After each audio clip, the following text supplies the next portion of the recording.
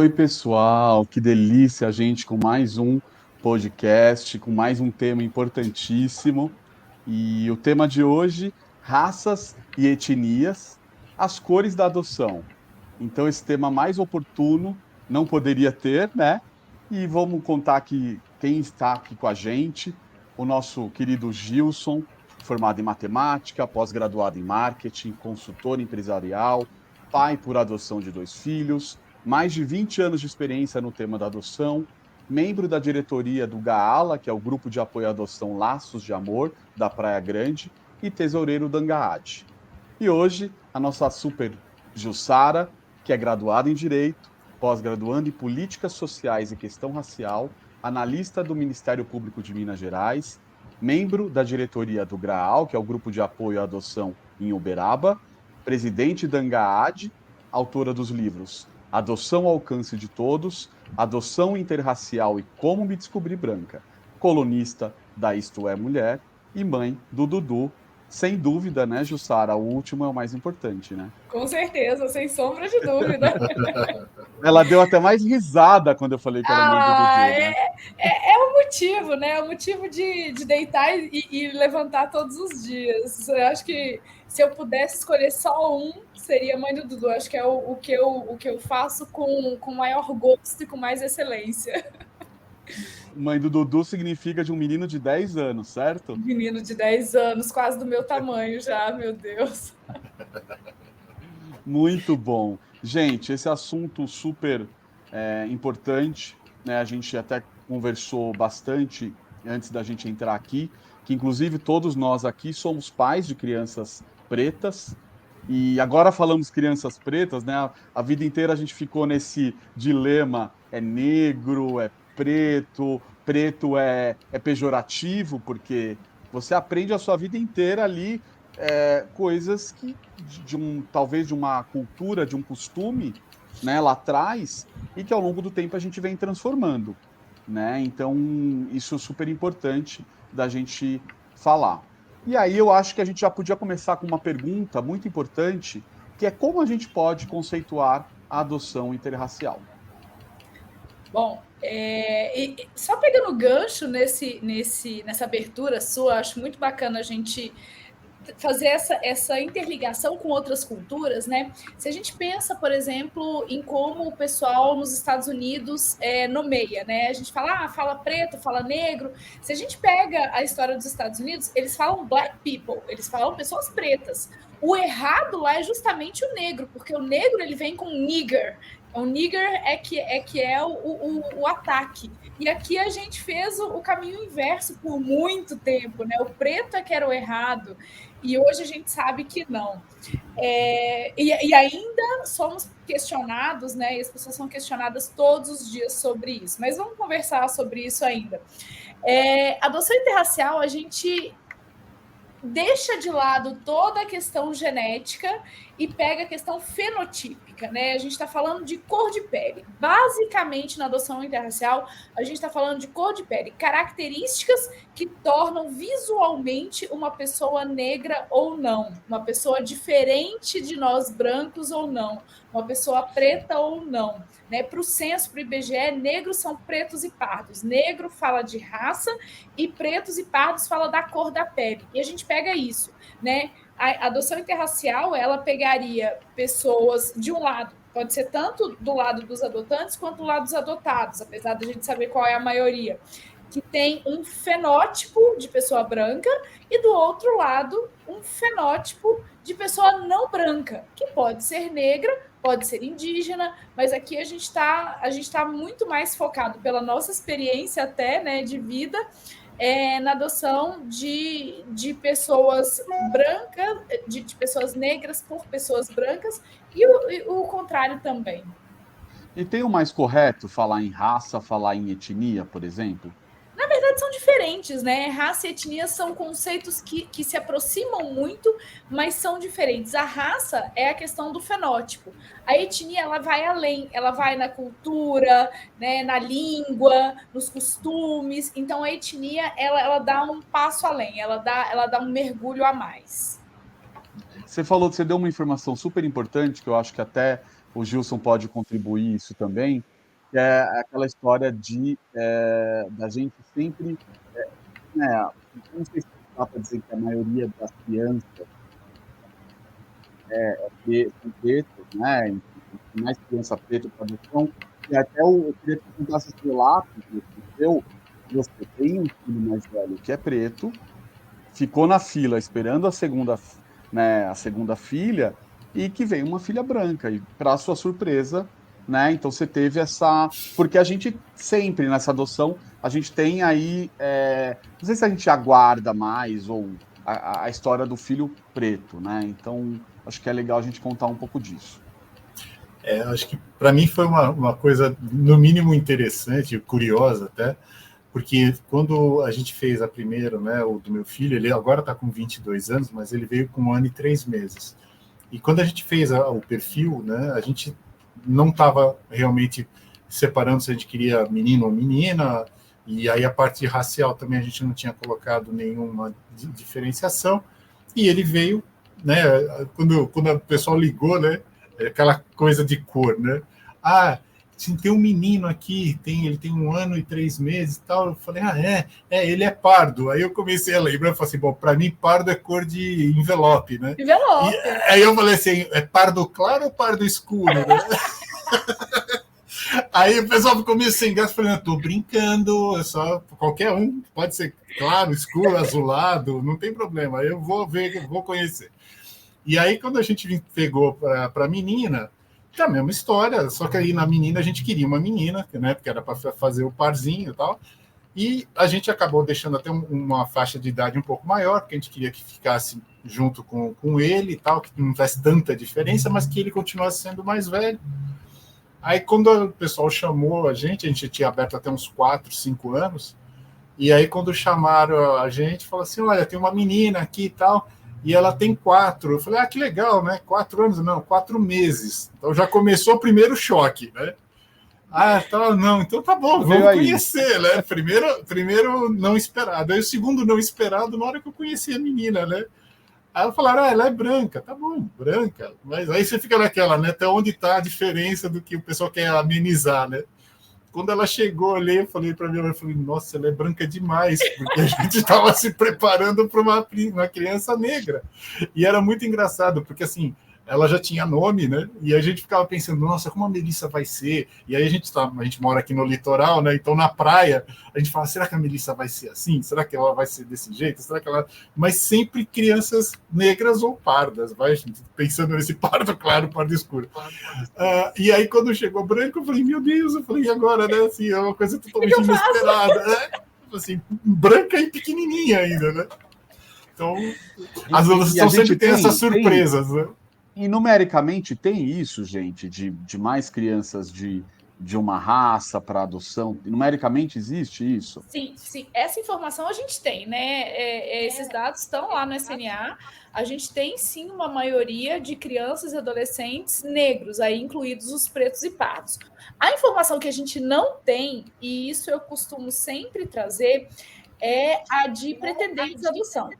A gente não tem informação qual é a raça, né, qual é o fenótipo desses pretendentes. Só que, assim, a gente anda aí falando em grupos de apoio à adoção, ENAPAs, eventos pelo Brasil inteiro.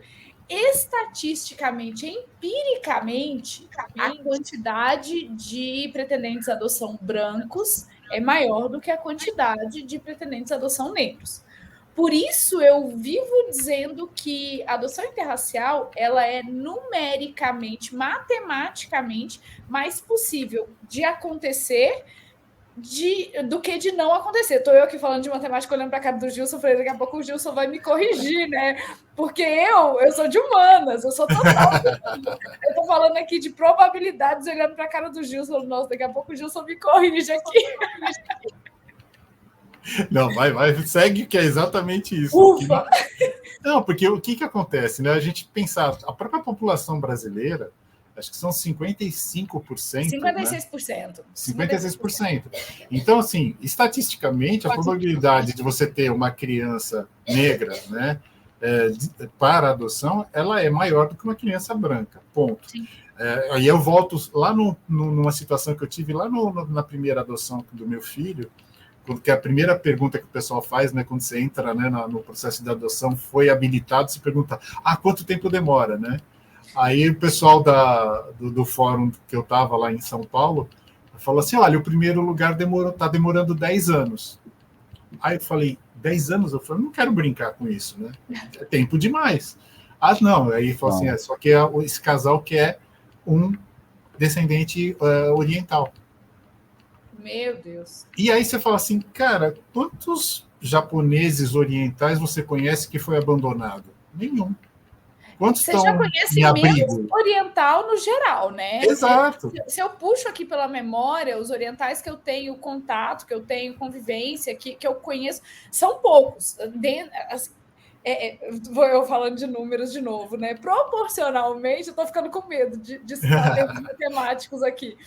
Proporcionalmente, a quantidade de orientais que eu conheço é menor do que o restante. E a própria eu até tenho uma situação, né? Quando eu tive a aproximação do abrigo das minhas filhas, tinha uma criança asiática no abrigo. Tinha. E ali eu fui, ela não estava para adoção, provavelmente. Ela não estava disponível ainda, né? E nem está, né? Mas ela estava ali numa passagem por alguma coisa que aconteceu e tudo. Aquilo para mim foi surpresa da surpresa da surpresa, porque você não existe nem a história, né? Olha que loucura, que aconteceu uma história e aí tiraram a criança dos pais momentaneamente para cuidar ali e tal. Ela ia voltar para a família, mas olha que exceção, né? Exatamente. Então, quando a gente vai para os extremos, né, a gente percebe o quanto isso vira uma exceção mesmo, né? Então, o provável, né, da mesma maneira que você fala assim, pode acontecer? Pode. Pais negros terem uma criança branca. Pode. O que eu já ouvi falar, e aconteceu no nosso grupo, a gente teve um caso de pais assim, quando os pais chegaram para conhecer a criança, ele até perguntou, ele falou assim, vocês realmente têm certeza que essa criança é para mim, né? E aí vocês falam assim, eu já vi acontecer de casais negros, um casal negro aqui em Uberaba, eles foram chamados para conhecer um bebê branco, e era a vez deles e tal, e aí eles falaram, a gente não consegue porque a gente não vai conseguir lidar com a sociedade nessa configuração de família.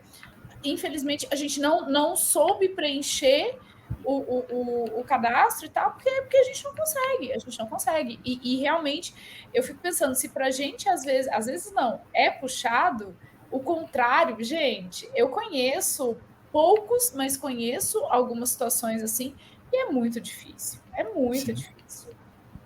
Então tá aí da diferença de realidades, né?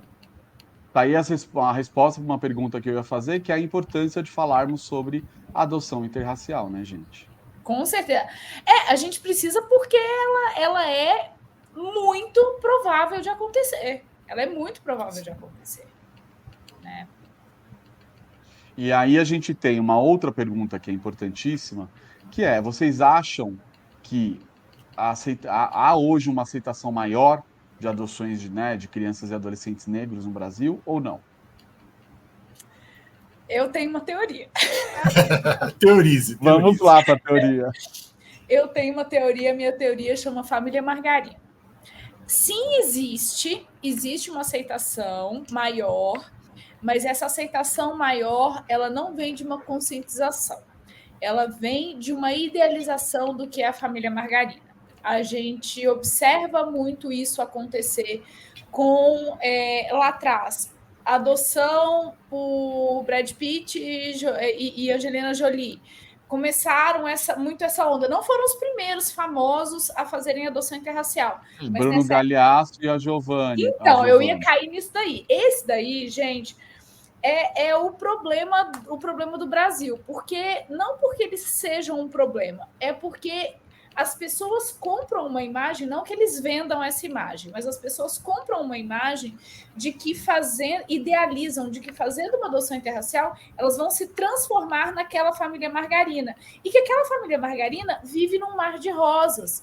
E eu acho que isso deixa a gente com uma responsabilidade ainda muito maior, nós, o Grupo de Apoio à Adoção, nós, Angaad, uma responsabilidade muito maior de falar, gente, calma, é legal, é lindo, eu tenho, é maravilhoso, mas isso não faz ser tranquilo e sem perrengue. Tem perrengue, é vida real, sabe? Vai ser difícil, porque você vai ter situação que eles passaram em Portugal, Sim, certo? sim. Que teve toda a história do restaurante, né? Exatamente. Que foi o que apareceu, né? A gente tem muita coisa que a gente não vê.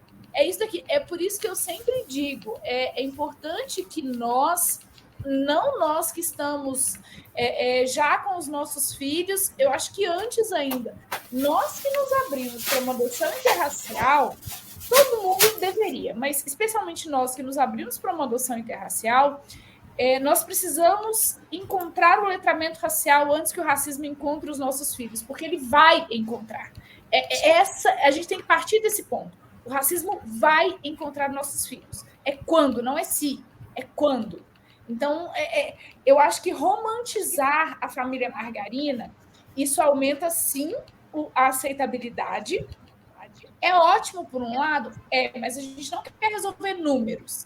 A gente quer que esses números se resolvam com a colocação de crianças e adolescentes em famílias que estão prontas para recebê-los, que estão preparadas para o perrengue que vem. Porque o perrengue vem, e nós não fomos ensinados a lidar com o perrengue, porque nós nunca vamos passar o perrengue. Nunca. Exatamente. Né? Exatamente. Então, assim... Eu acho que, assim, se a gente pudesse falar que melhorou, o que eu acho que melhorou? A gente está aqui discutindo esse assunto. Isso melhorou. Isso é sensacional. Né? Isso é sensacional. Eu acho que até acho que a gente melhorou nesse aspecto de conversa, de a gente colocar desse assunto fazer parte da nossa mesa, né? Do nosso dia a dia. Eu acho que isso melhorou, né? Se eu não me engano, uma das últimas consultas que eu fiz lá no SMA, quando a gente fala sobre pais, né, que aceitam só crianças brancas, eram 23%, 25%. Então, nós estamos falando que 75% aceitam. A dúvida que a gente tem é se esses 75% sabem ou imaginam o que vão enfrentar. E aí é o trabalho dos grupos de apoio. Mas eu não, para mim, eu tinha esse discurso, né? Não vejo cor, para mim é indiferente, o que vier vai ser meu filho e ponto. E esse é um discurso que eu combato todos os dias. Mas eu tive esse discurso e me preocupa esses 70 e poucos % aí estarem ali nesses 70 e poucos % com esse discurso. Porque eu tive esse discurso e não pensei diferente antes da adoção do meu filho. Foi depois que eu falei, opa, peraí, um pouco não é bem por aí, do não. discurso assim, né, gente? Aquele discurso que vocês já passaram, e eu tô passando isso há muito pouco tempo, que é a história assim, você adotou, você é Deus, te coloca num pedestal, como e aí você o fato caridoso. de que você adotou, exatamente, você está fazendo uma caridade, enfim, e aí o fato de você adotar uma criança negra, né, parece que eleva um pouco isso, né? É o sobre-Deus, exatamente. É o master, né? E não tem nada a ver, né, gente? Não, essa relação não existe, né? E eu acho que essa coisa da gente ter um tratamento que a gente fala igual, independe da cor, tal, eu acho que isso funciona muito da porta de casa para dentro. Então, a gente tratar isso, falar sobre isso normalmente, legal. Quando eles começam a ir para a porta, né, da porta para fora, aí é que a coisa pega. Porque se a gente cria, né, numa situação, né, que não, é tudo igual, nós somos iguais, a gente se enxerga igual, tá bom. Conceitualmente, sim. Mas na prática, a gente precisa tomar muito cuidado, porque muitas vezes eles não estão preparados para aquilo que eles vão ouvir ou ser questionados ou qualquer coisa lá fora. E aí eu queria emendar já uma pergunta. Qual trabalho é realizado para que os pretendentes entendam as peculiaridades da adoção interracial? Então. Hoje em dia a gente faz isso, né? Então, a gente está aqui gravando um podcast, porque as pessoas que a gente imagina que as pessoas vão ver, vão ouvir aí no trabalho, lavando pro agora e para a posteridade, né? Exatamente, exatamente. Então, assim, a gente tenta fazer uma mudança. Hoje, o que a gente faz é um trabalho muito de formiguinha, de falar dentro dos grupos de apoio à adoção, levar isso para eventos, fazer podcast, roda de conversa. Existem já livros, né, específicos. Muitos eventos estão trazendo a temática. Mas eu acho que a gente, enquanto movimento mesmo nacional de apoio à adoção, enquanto ANGAAD, a gente precisa dar um passo a mais. A gente já tem maturidade institucional para dar um passo a mais. Na minha opinião, o nosso passo a mais vai ter que ser trabalhar e aí é um grande sonho que eu tenho, em pontos mínimos que precisam fazer parte da preparação para a adoção, daquela preparação que é necessária e que não é regulamentada como ela deve ser. Né? O letramento racial ele precisa, pelo menos em bases mínimas, vir ali na preparação. Isso ainda é um sonho. Né? Eu espero que daqui a alguns anos, quando as pessoas busquem esse podcast, encontrem e falem, nossa, que podcast antigo, isso já seja uma realidade. Eu espero que isso aconteça. Explica para a gente o que é esse letramento racial, só para quem está ouvindo isso, inclusive a primeira vez. Então, e é até legal falar disso, porque normalmente quando a gente vai conversar em grupo de apoio à adoção, eu faço um experimento, adoro fazer esse experimento. Aconteceu semana passada. Gente, quem aqui é pretendente à adoção? Quem aqui tá... Eu olho assim, majoritariamente pessoas brancas. Quem aqui colocou lá no perfil que aceita crianças negras? Quem aqui sabe o que é letramento racial? As pessoas não sabem. Cri. Isso me preocupa, porque volta lá naqueles 70 e poucos % que o Gilson falou. Né? Isso me preocupa. O letramento racial, a conceituação dele é muito simples. Né? Aqui em Minas, a gente usa... É muito fácil para a gente entender essa história do letramento, porque aqui a gente tem muito essa história de falar que fulano é letrado, quando fulano é estudado, quando fulano estuda alguma coisa, quando fulano é uma pessoa que é das letras, né? Ele é letrado. Então, racialmente letrado é que ele se dedica também a entender o que são essas raças, essas interações entre raças, o que significa o que significa ser racializado. E aí, quando a gente fala de racializado, o que vem na cabeça da pessoa? O negro, né? Por quê? Racializado, negro. E a gente também precisa entender esse processo de letramento racial que nós, brancos, somos pessoas racializadas. E é aí que o negócio começa a ganhar os contornos que ganham, porque a gente entende que a gente é cheio de privilégio. Né? Nessa história do letramento racial, a gente entende que não dá para falar que é todo mundo igual. Que dentro de casa, beleza, essa história que o Gilson falou, a gente não vai fazer diferença. Ele não faz diferença entre o filho negro e a filha branca. Não tem diferença. Mas ambos sabem que o mundo faz. O mundo significa os tios, da porta para fora é outra coisa. Todo mundo. Exatamente. Todo mundo faz. A gente faz, né? A gente naturalmente faz. A gente não vai fazer com os nossos filhos, porque são nossos filhos. Mas a gente naturalmente faz isso com os outros. Por exemplo, se a gente vê um cara de terno do lado de um carro de luxo. Se o cara é branco, a gente imagina que o cara é o dono do carro. Se o cara é negro, a gente imagina que o cara é o motorista, é o segurança. A gente não imagina que ele pode ser o dono do carro. Então, a gente faz essa diferença o tempo todo. Né? E achar que os outros não vão fazer com os nossos filhos, a gente precisa ensinar para eles que as pessoas vão fazer isso com eles. E é difícil, a gente só consegue fazer isso a partir do momento que a gente enxerga a diferença. E a gente nomeia a diferença. Né? É um processo que faz com que a gente olhe primeiro olhar para a gente e fale, opa, eu sou diferente também. né? Então é um processo, esse processo de letramento racial, ele precisa acontecer e a gente precisa perder o medo dele, porque entrar E é nele urgente, significa né? reconhecer os privilégios.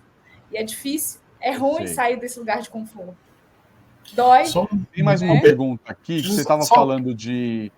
Acho Você que o estava Gilson vai falando da falar questão alguma coisa. de deixa eu escolha só. e eu já volto, então, com essa pergunta completa. Pode É completar. só um detalhe que eu acho que tem um ponto que eu sempre falo que assim, eu não sei se eu estou vendo o copo meio vazio ou o copo vazio inteiro, né?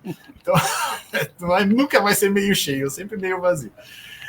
Pensando nos grupos de apoio, né, que a gente está fazendo um trabalho e os grupos de apoio sempre têm esse papel muito importante, é muito diferente dos pretendentes que estão frequentando esses grupos de apoio, mas se a gente pensar que tem mais de 30 mil pretendentes numa fila de adoção, né, nacional, se a gente somar todos os pretendentes que tem nos 200 e tantos grupos do Brasil, a gente deve ter quantos por cento? 10%?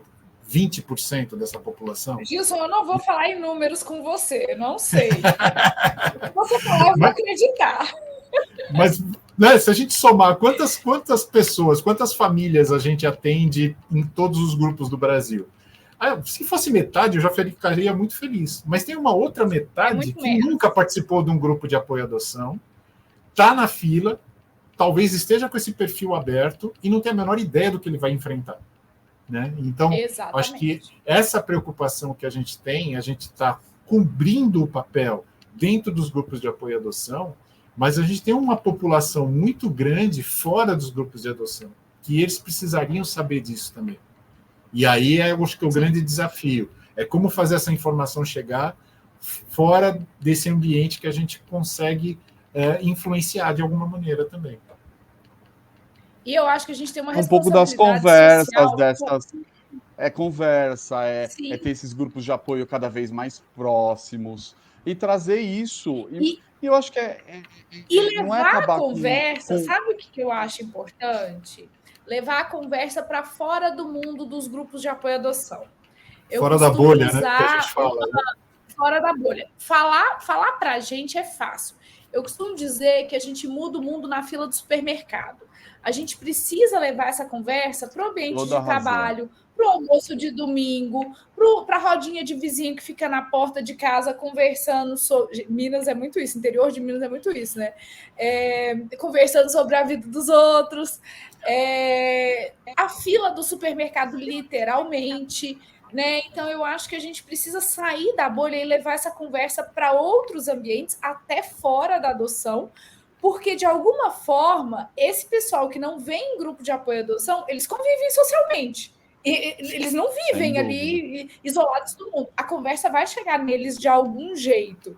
Né? Então, eu acho que a gente cumpre um papel social, mesmo de preparar o mundo para isso, e também conseguimos ampliar o alcance para que talvez chegue nessas pessoas que não frequentam o grupo de apoio à adoção. Eu vejo dessa forma. Perfeito, perfeito. A pergunta que eu ia fazer é a seguinte: há algum tempo houve um pedido de providência junto ao CNJ para que, dentre outras medidas, fosse suprimida a possibilidade de escolha de cor de pele no perfil pretendido da criança, sob o argumento de que isso reduziria o preconceito. Isso é um caminho?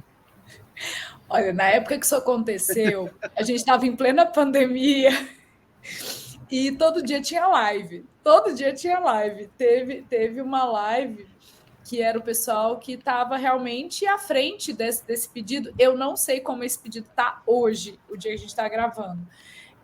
Mas eu sei que na época quase que eu fui bloqueada do YouTube que estava sendo transmitido, porque eu questionei tanto que eu acho que as pessoas tiveram vontade de me bloquear. O que diminui preconceito é conversa e desmistificação, isso, não é suprimir uma escolha. Eu acho que isso pode piorar as coisas, né? Minha opinião pessoal, Jussara, é que isso pode piorar as coisas, porque voltamos lá na questão de resolver numericamente, né? Nós temos uma maioria de crianças e adolescentes negros disponíveis para adoção. Se a gente suprime essa possibilidade de escolha, aqueles 23% saem, né? Eles não são mais 23%, eles passam a fazer parte de um 100%. Só que aqueles 23%, eles existem. E, às vezes, eles, inclusive, estão até com preferência na fila. Eu falo fila muito entre aspas, porque eu tenho um conceito desse de fila, né, que a fila não existe, porque ela só se forma a partir da criança e adolescente em concreto. E aí a gente força eles a aceitarem um perfil que eles não dão conta. Eles já falaram que eles não dão conta. Então, a gente resolve numericamente aquela questão, aquele problema, também entre aspas, de crianças e adolescentes que não foram para a família. Então, a gente manda eles, se o impeditivo era esse, a gente manda eles para a família. Mas a gente, muitas vezes, manda eles para uma família que não está preparado para um letramento racial, que não está preparado para uma adoção interracial, que, às vezes, tem questões muito... A gente vai criar outro problema, né? Sim, cria um problema muito pior. Muito pior. Né?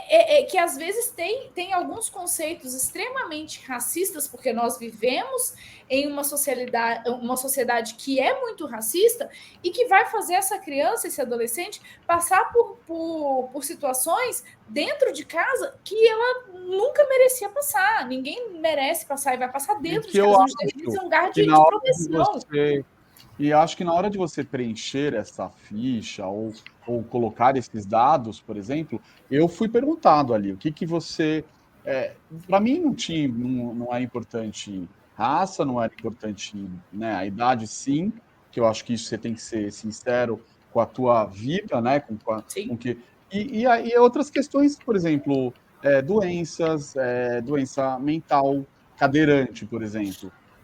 Era uma possibilidade que poderia vir, e eu coloquei que o não aceitar era o fato de eu entrar, estou entrando sozinho no processo de adoção. Eu tenho que saber meus limites. Sim. Entendeu? Então, acho que isso respeitar esse limite mesmo. Respeitar e te respeitar. Eu acho que isso é importante.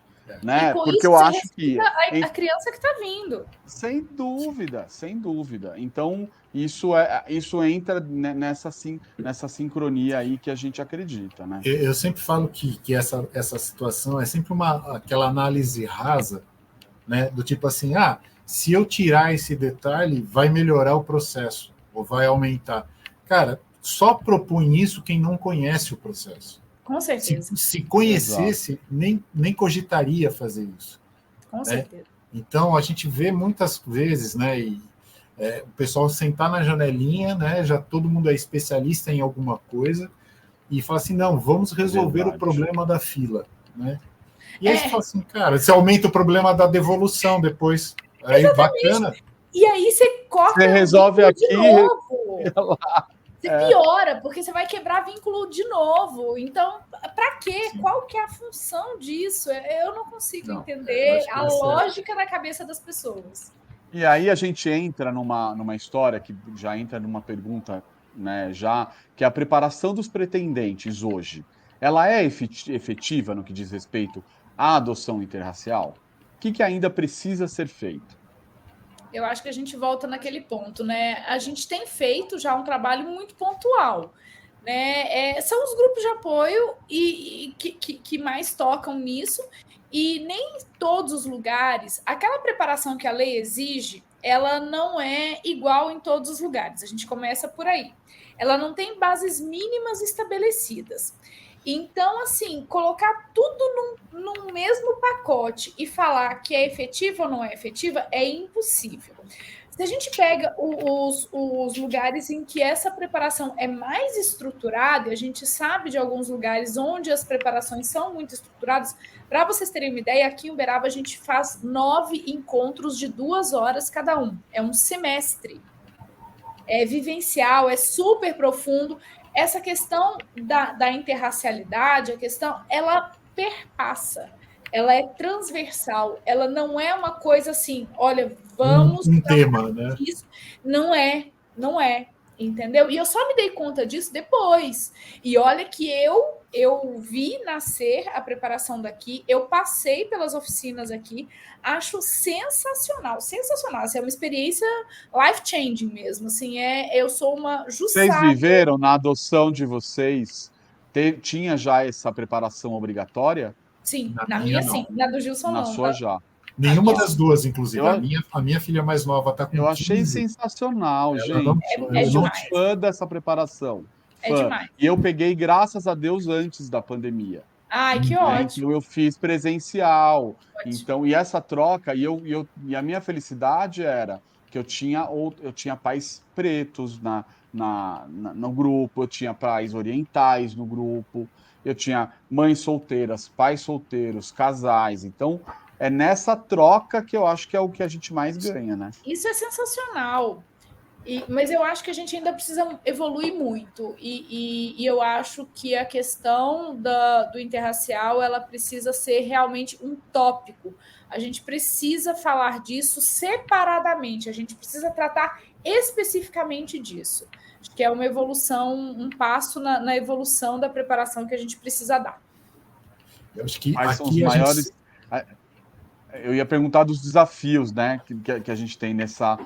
Gilson, eu te cortei, por favor. Não, eu acho que até tem a ver com isso que você ia falar, porque o desafio é como a gente tratar esse tema sem ficar fazendo como se fosse um mimimi, né, do tipo, lá vem o chororô, lá vem o pessoal fazer, né, a apologia e tal, e o quanto você precisa tomar cuidado, e eu acho que isso é uma coisa que a gente faz muito o tempo inteiro, né, até onde eu posso falar sem ser marcado como, isso é uma postura racista, isso é uma postura aqui, ali, e aí você fala assim, cara, é muito difícil você falar sobre isso abertamente, sem medo de errar a mão.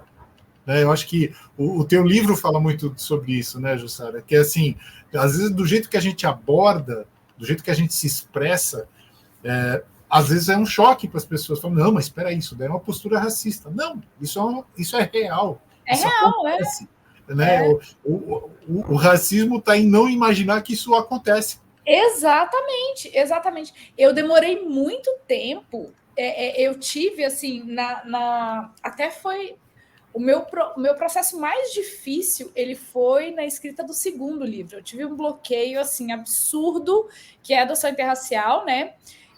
Esse eu tive mais bloqueio do que o terceiro. O terceiro eu acho que eu já falava bastante de adoção interracial, então eu já tinha uma atuação mais social, né? Também. Eu já tinha entendido um pouco não, já tinha entendido bastante o tamanho da minha responsabilidade nesse rolê. Mas o segundo, eu tive que vencer uma síndrome do impostor mesmo, sabe? Eu tinha muito medo de como eu ia chegar nessa luta, de como eu ia chegar nessa briga, de como eu ia me posicionar sem ser a pessoa que traz para si, olha, eu quero brilhar, eu estou usando isso para brilhar, eu estou usando meu filho para brilhar, né? Não era isso, eu estou falando de uma coisa que eu não sei porque eu não sinto, então eu precisei me encontrar. Foi um processo longo que eu quase excluí o arquivo do livro, pouca gente sabe disso. Eu quase excluí, pouca gente não, hoje em dia muita gente já sabe. Eu tinha escrito umas 50 páginas já do livro e eu comecei a chorar, tinha uma crise de choro um dia, assim, uma crise sozinha, eu, e comecei a chorar, fechei o computador, falei, não quero olhar para isso nunca mais, eu não posso fazer isso, esse não é meu lugar e tal. E aí eu larguei esse arquivo lá uns 5, 6 meses, larguei ele, quase excluí, por sorte eu não excluí. E nesse meio tempo eu continuei estudando, eu continuei lendo e continuei sendo chamada para falar sobre adoção interracial nos lugares. E à medida que eu falava, eu via que eu não falava brigando, né? Eu tatuei, depois daquele dia que eu descobri que eu sou fofa para brigar, Danilo, eu tatuei que nem todo mundo guerreia gritando. Eu li isso num livro e realmente me representa muito. Eu fui descobrindo que a gente tem como levantar bandeiras e defender essas bandeiras sem cair no estigma, sem cair no mimimi, sem cair naquela coisa que agride as pessoas. Mas até a gente encontrar esse lugar é muito difícil, gente, é muito difícil. Eu acho que é até também uma questão de não se colocar também como coitadinho, Sim, com né? De certeza. não, porque é isso, eu acho que, pelo menos é o que eu vislumbro de passar para as meninas, olha, a situação é essa, a realidade é essa, e você vai ter que estar ali, forte, firme e forte, para você vencer, para você conseguir lidar com essas situações, Eu né? Eu acho que escutei. é cada vez mais, eles precisam ser fortes, é isso, Sim, né? muito. E demais, e o tempo todo, né? Isso é que corta o nosso coração. Sem relaxar, né? Sem relaxar.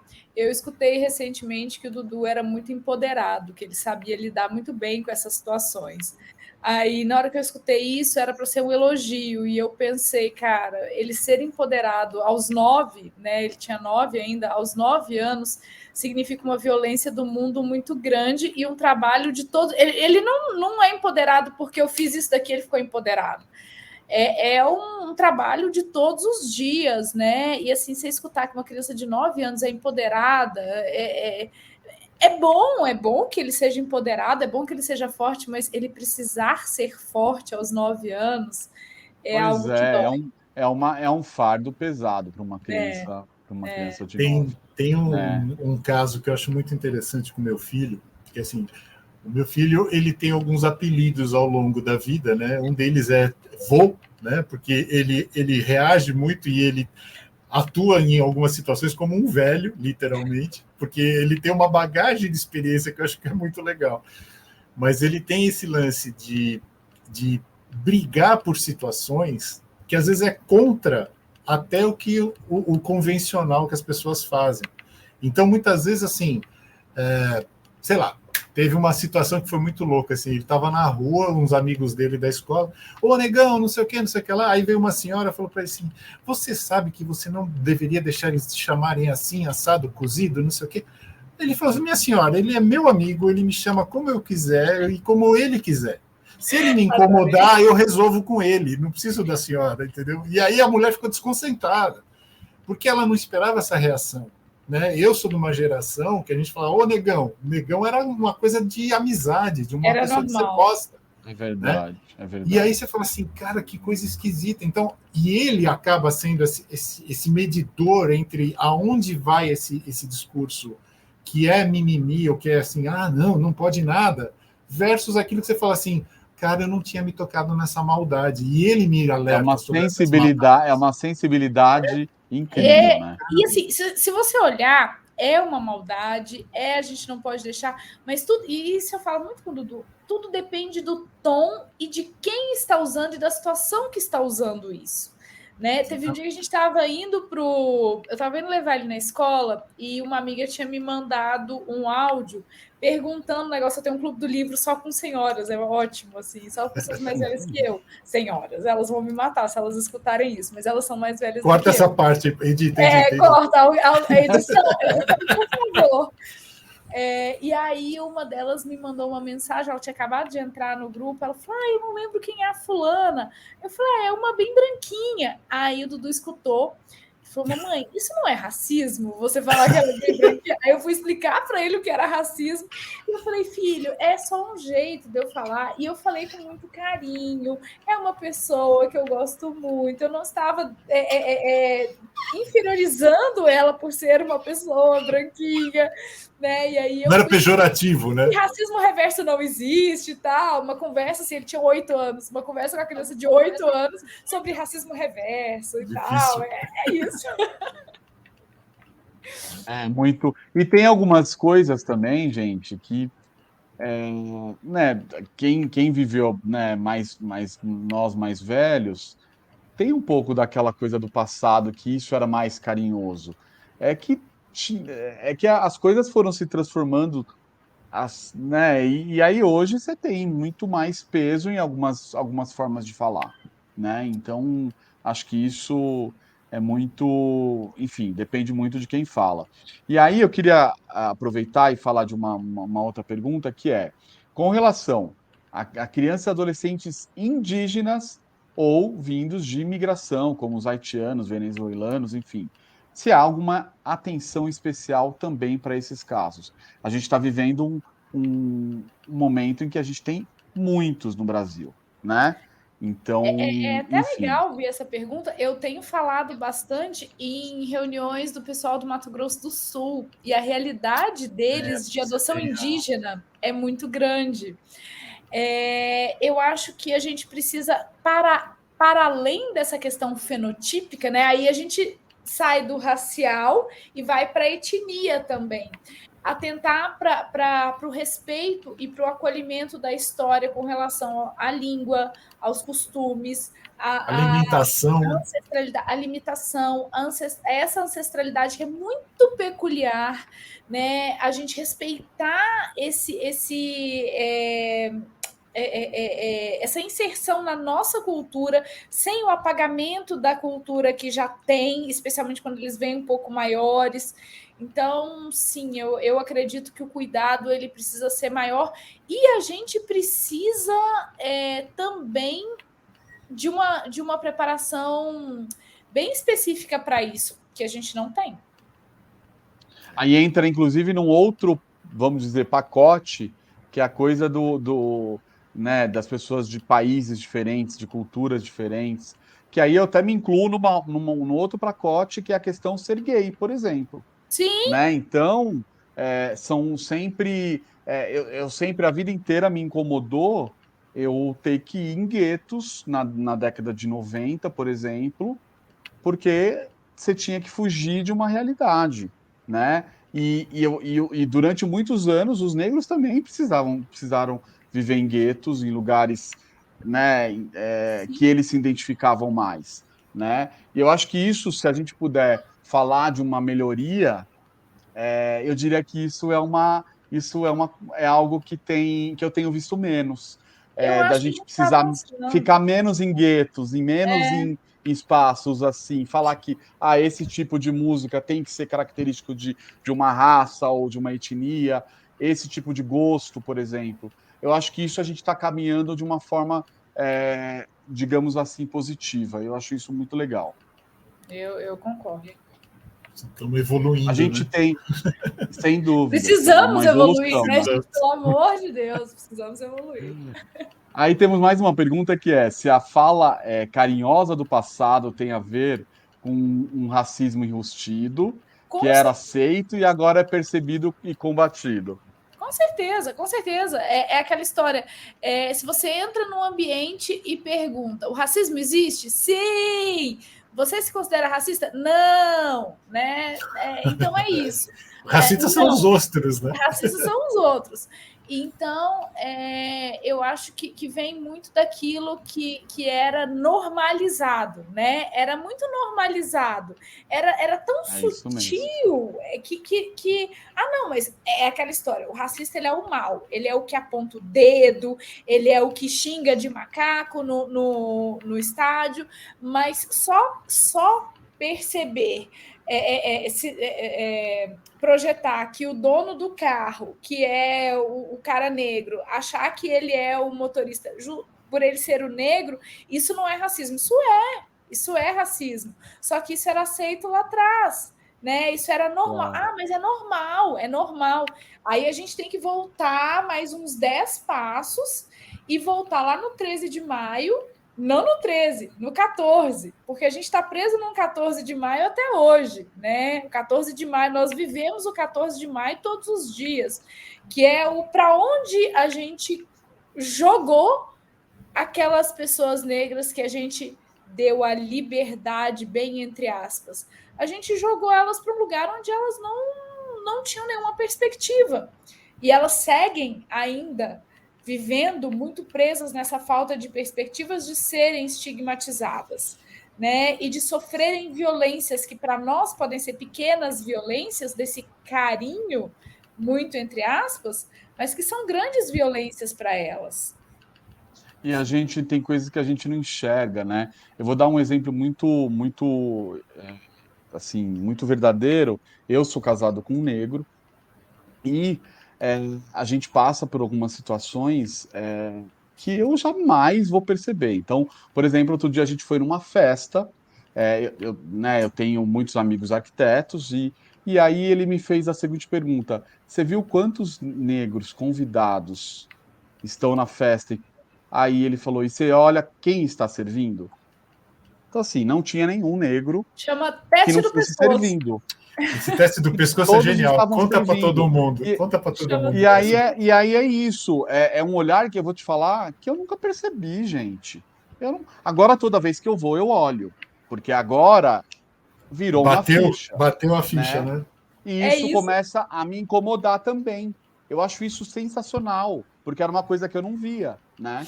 Esse lance do teste do pescoço, isso é antigo, isso existe há muito tempo. Eu não sabia que chamava teste do pescoço até o dia do lançamento do meu livro em São Paulo. Eu não sabia o nome disso. E eu sempre falava para as pessoas fazerem isso. Todas as vezes que eu ia falar em algum ambiente sobre adoção interracial, sobre racismo, eu sempre terminava as minhas falas pedindo: eu quero que vocês façam um exercício, vou pedir para vocês um favor. Vocês vão escolher um lugar onde vocês frequentem, e nesse lugar pode ser um restaurante, um shopping, uma farmácia, um restaurante, qualquer coisa, um supermercado, e vocês vão chegar e vão olhar, vão tirar ali 10 segundos para observar. Tem negros dentro desse ambiente? Qual a proporção entre negros e brancos?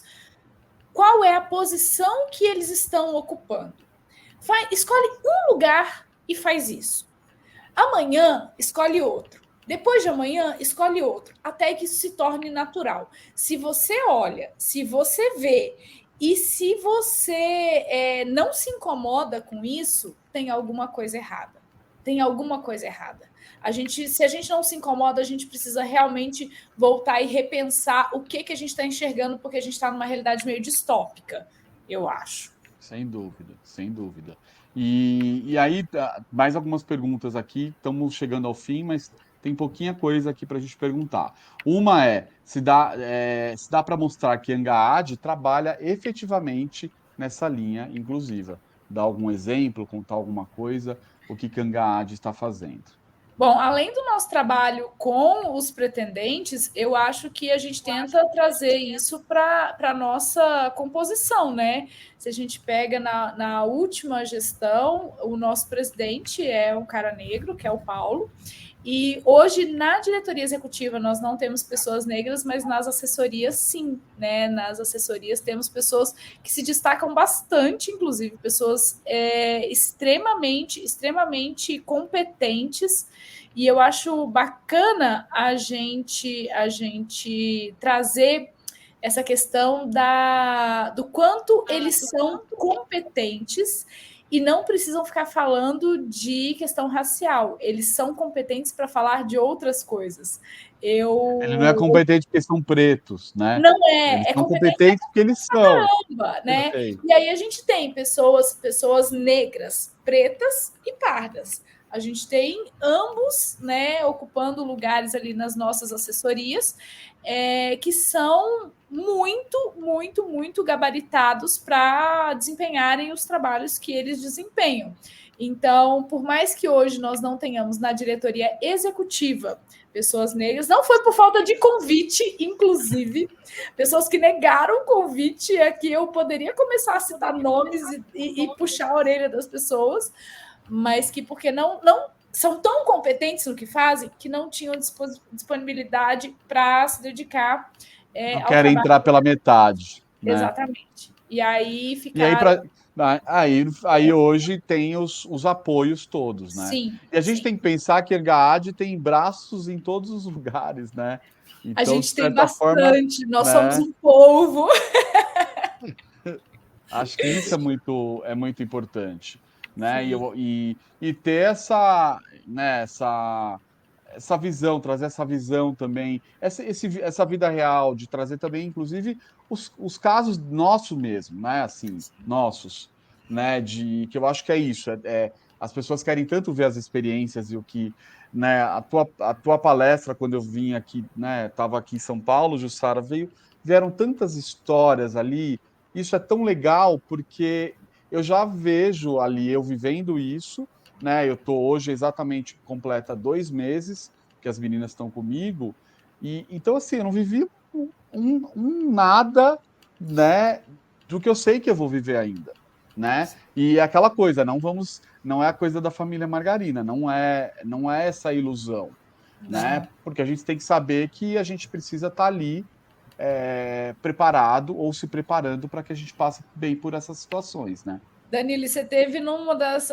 Eu acredito que talvez seja a palestra mais legal da minha vida até hoje, que foi aquela que eu falo que foi um dia portal, assim, aquele dia foi life-changing mesmo.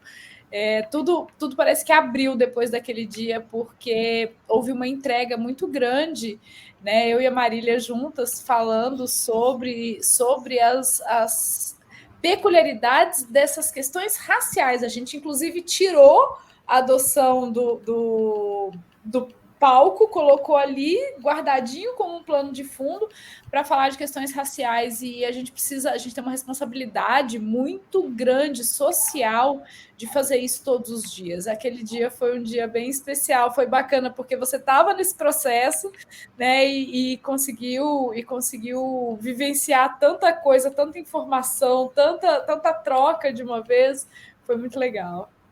Viraram meus livros de cabeceira. Eu fico tão feliz. Muito, muito. Eu queria que, para a gente fechar, que conselhos vocês dariam para pretendentes da adoção em geral, levando em conta toda essa conversa sobre a adoção interracial? Vai lá, Gilson. Eu falo muito, você pode falar antes de mim. Eu também quase não falo, né? Não, eu acho que tem uma coisa que a Jussara mesmo falou, né? A gente tem que aprender e tem que estudar e entender isso, né? Eu aprendi com meu filho, aprendo com ele todo dia, ele está com 22 anos, e o que acontece, né? Ele passou por situações que eu jamais passei e nunca vou passar, né? Que eu até estava conversando com o pessoal aqui antes de começar nosso podcast, que assim, o enquadro que ele leva na ciclovia é diferente. Se fosse um bando de loirinho ou ruivinho, que nem eu, não seria na forma como ele é abordado, né? Então, é aí que a gente começa a perceber que é o racismo estrutural, é nesse ponto que a gente começa a entender e ter que preparar nossas crianças, que eles vão crescer. E eu acho que isso é uma coisa que a gente muitas vezes esquece, né? Que aquela história, a gente bota numa redoma de vidro, aqui em casa todo mundo trata igual, aqui é todo mundo bacaninha, só que da porta para fora, o mundo é cruel e sabe ser muito bem cruel, né? Então, eles têm que estar preparados para isso. Eu acho que nesse ponto eu falhei em vários momentos de não estar preparado para que ele está me ensinando mais do que eu ensinei ele nessa situação, né? Então, essa história do letramento, eu me chicoteio depois que eu, né, participei das suas palestras e comecei a falar assim, nossa, como eu errei feio, né? Então, assim, estudem. Acho que essa é a primeira coisa que eu peço para todo mundo que está falando sobre adoção interracial, conheça a realidade, não entra na fantasia. Acho que é isso. E hoje tem muito material, né, gente? Não dá para dizer que falta material, que falta livro. Eu acho que a gente tem aí um rico, e antigamente faltava, né? Sim, Então, sim. isso é uma oportunidade. Eu acho que o meu conselho ele seria que as pessoas se disponham a enxergar cor, que abandonem esse discurso de que nós somos todos iguais, porque nós não somos todos iguais. Então, somos todos iguais ali, né? Ali na fonte, sim. Mas é o que o Gilson disse: da porta para fora nós não somos. O mundo bate muito forte.